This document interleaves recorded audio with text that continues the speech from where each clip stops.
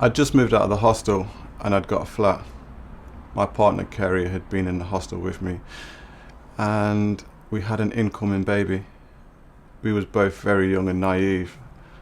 I let her move in with me and at the start things were fine.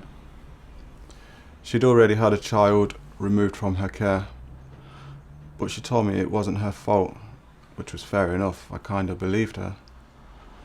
We was both from troubled backgrounds.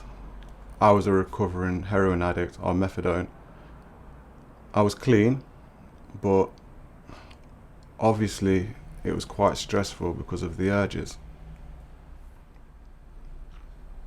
It was my first child and to be fair it was scary because I didn't know what to expect. You only really see someone's baby when you're passing them by in the streets and they look cute. What you don't know about is the sleepless nights, the crying, and the stress that comes with them. We had our second child very quickly after our first. Their birthdays are about a year apart, and that's when Kerry's postnatal depression and bipolar really kicked in. She'd been through the care system, which can be traumatic. She also had issues with her parents and things started to unravel.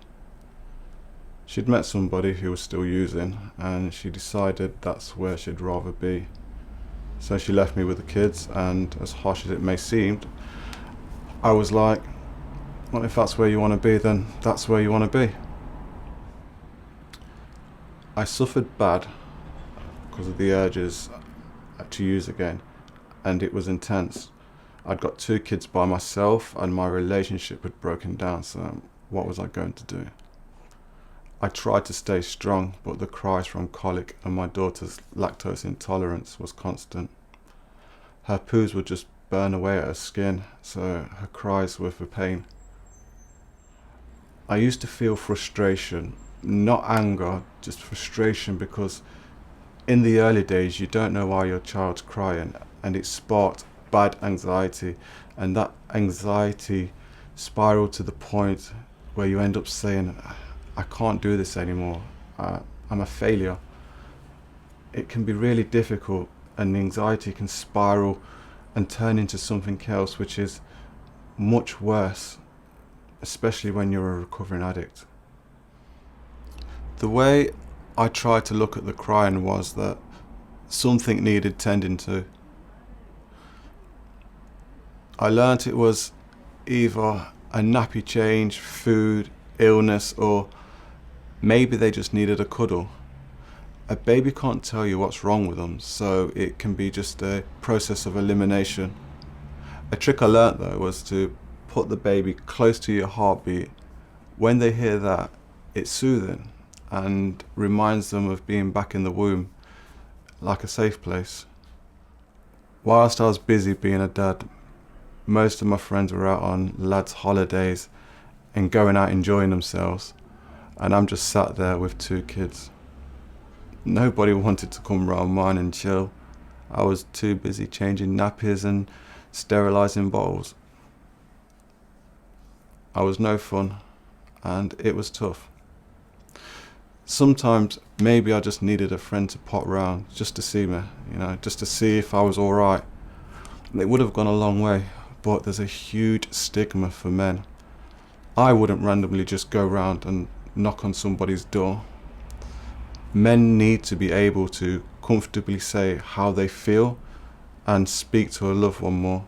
But the society we live in still, and it's quite sad really. Social services became involved because my partner had her child taken away previously.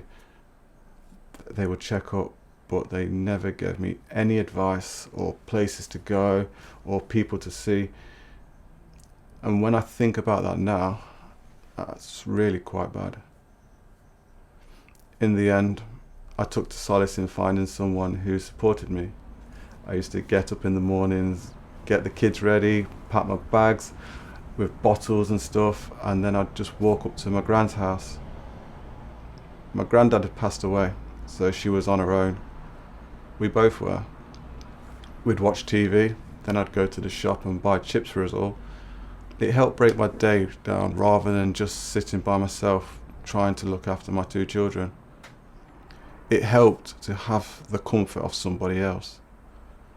There wasn't any judgment, and it was my safe place.